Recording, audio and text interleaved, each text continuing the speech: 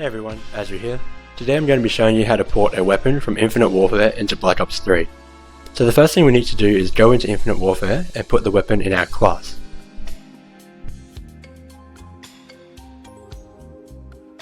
After we've done this, we can go into the Wraith settings and make sure that in the General tab we've ticked Show X Models, X HEL-AMS, and Export Image Type as TIFF, and also ticked the Patch Normals button.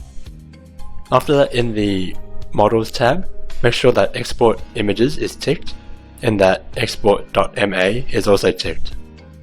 Finally, in the HEL-AMS tab, make sure that Export Note Tracks is ticked and that Export.canim is also ticked. Now once we're in game, hold the weapon and then click Load Game in Wraith. Then we need to export all the animations for our gun, and then also find VM Camo and WM Camo X models for our weapon. Make sure that when you're exporting them, it doesn't say that it has only one bone. If it does, then you have to find the correct model. Now you can close out of Wraith and Infinite Warfare. Before we open up Maya, I'm going to show you how to install the modified C tools that I've made and the COD Maya tools.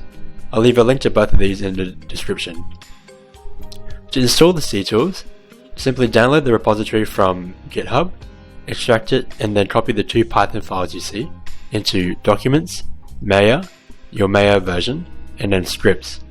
Put them in there, and you can also put the Python file for the COD Maya tools in here at this time. Now make a new text document called usersetup.mel if you don't already have one, and make sure that you can see file name extensions.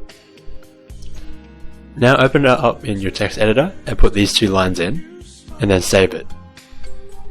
Another thing we want to install before opening Maya is the COD shelf. You can simply download this from the link in the description, and then opening it and copying the prefs folder into Documents, Maya, Version, and then merging it with your current prefs folder.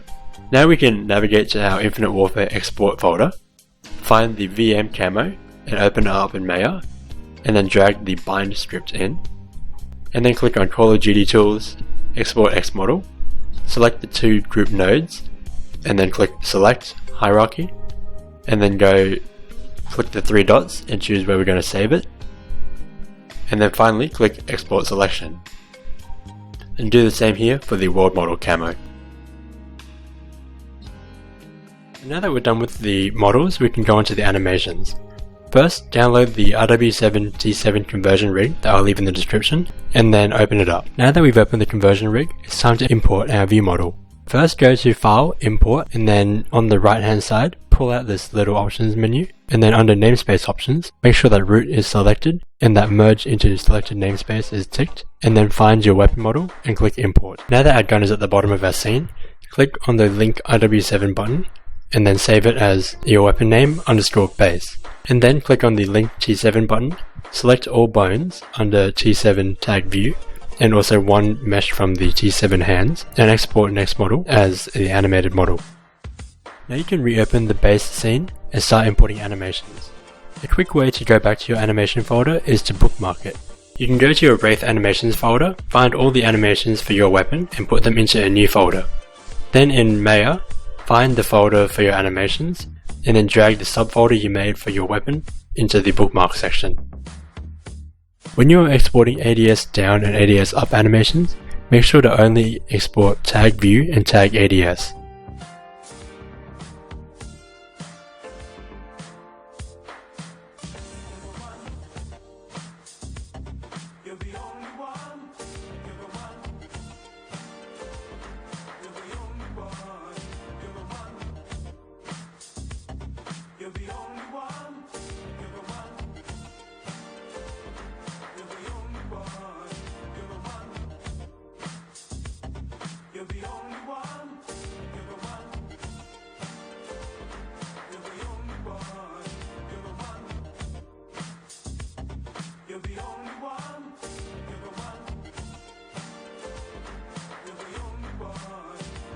For all other animations, make sure that you click the Link T7 button first, and then click the T7 Bones button, and then export your animation as usual.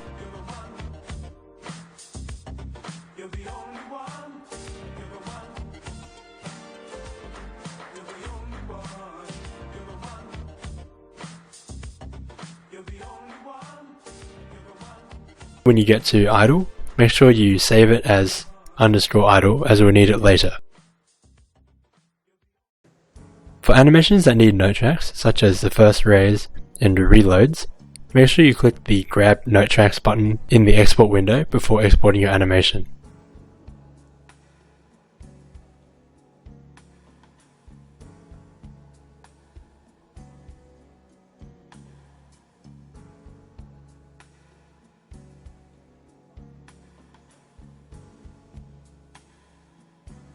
Also, if your animation goes beyond frame 62, make sure you go to the hypergraph hierarchy and then click on this button to show everything, highlight everything you see, and then delete the keyframe on frame 62.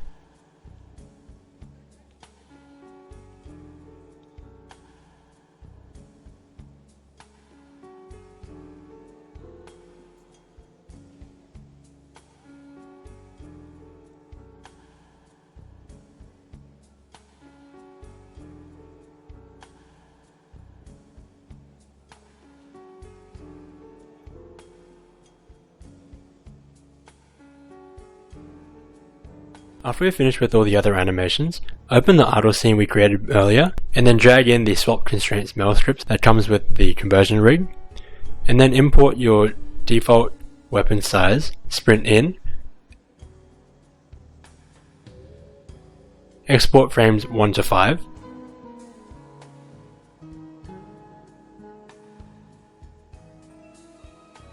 import sprint loop, export frames 0 to 64,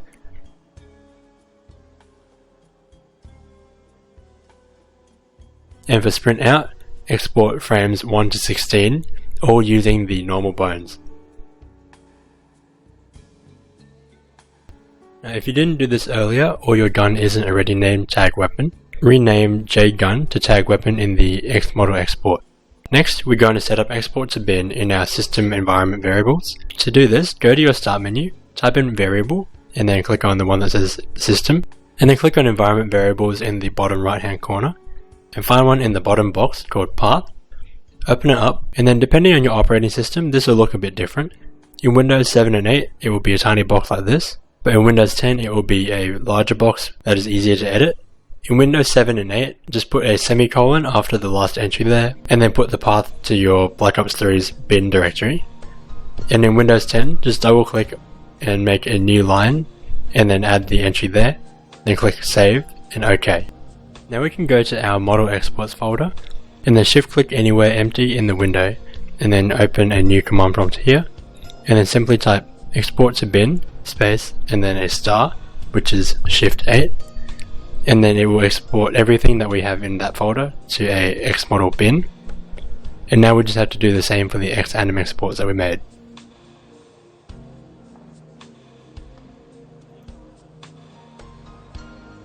Now we're going to move on to Ape. Firstly, we're going to create a new GDT and put it in source data. After that, we're going to create 2 Xmodel assets and add the Xmodel bins we made into lot 0.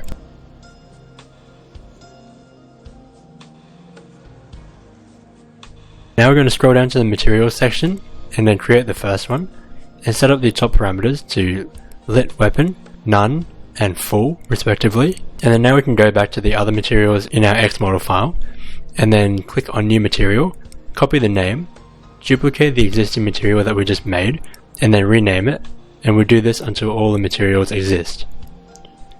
Now we're going to use material override to reduce the number of materials we need.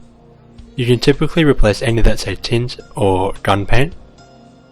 Now we're going to place all the textures in texture assets, RW7, and then make a folder for your gun name, and then rename all of them to something easy to remember. Now a simple way to fill out all your materials is to make the color map first, and then copy the directory that Ape puts into the field, and then simply opening a new asset for each of the channels, and then replacing the C with whatever suffix you put for that other channel. Infinite Warfare only gives you the color map, the normal map, and the ambient occlusion map. For the specular, use the specular preset, and then for gloss, use white gloss.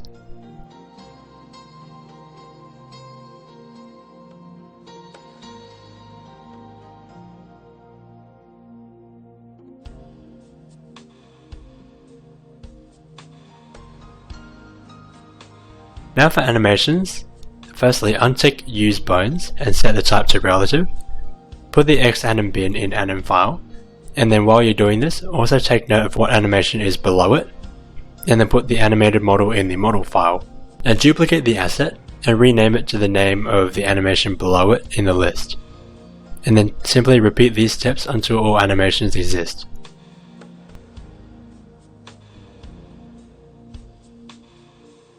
Now we need to highlight idle loop and the sprint loop, and make sure that the looping box is ticked for both of them. And now for the weapon file, you can simply copy the CUDA's weapon file, and then paste it in your weapons GDT as gunname_mp or gunname_zm.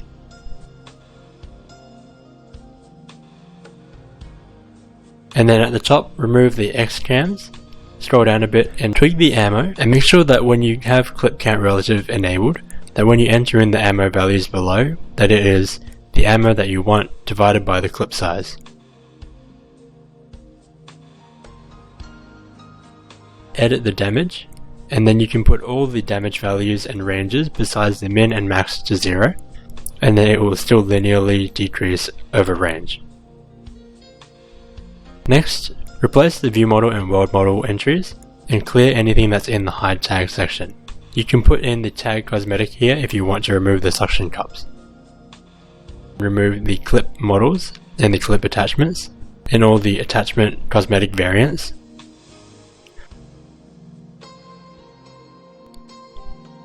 Fill in the animation fields with their corresponding animations, and then you can also duplicate your weapon file and make it upgradable.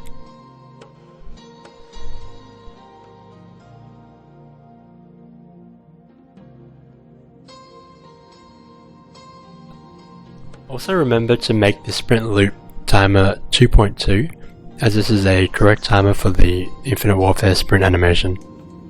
Finally, when you're going to compile your mod, add it to the common weapons CSV to add it to the box and to also make it upgradable.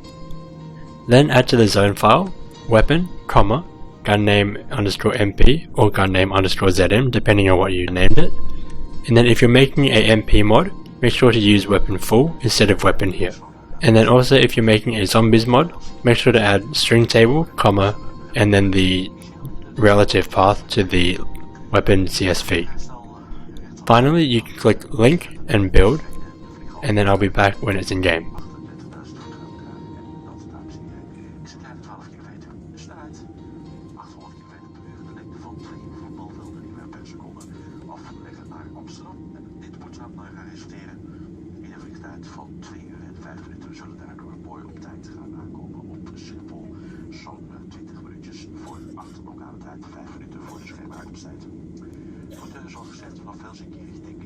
Oostkust van Zweden, dan een klein beetje doorsteken langs Kalmar, havenstad al daar richting Kopenhagen, Denemark en dan via Groningen naar Amsterdam, Schiphol Airport.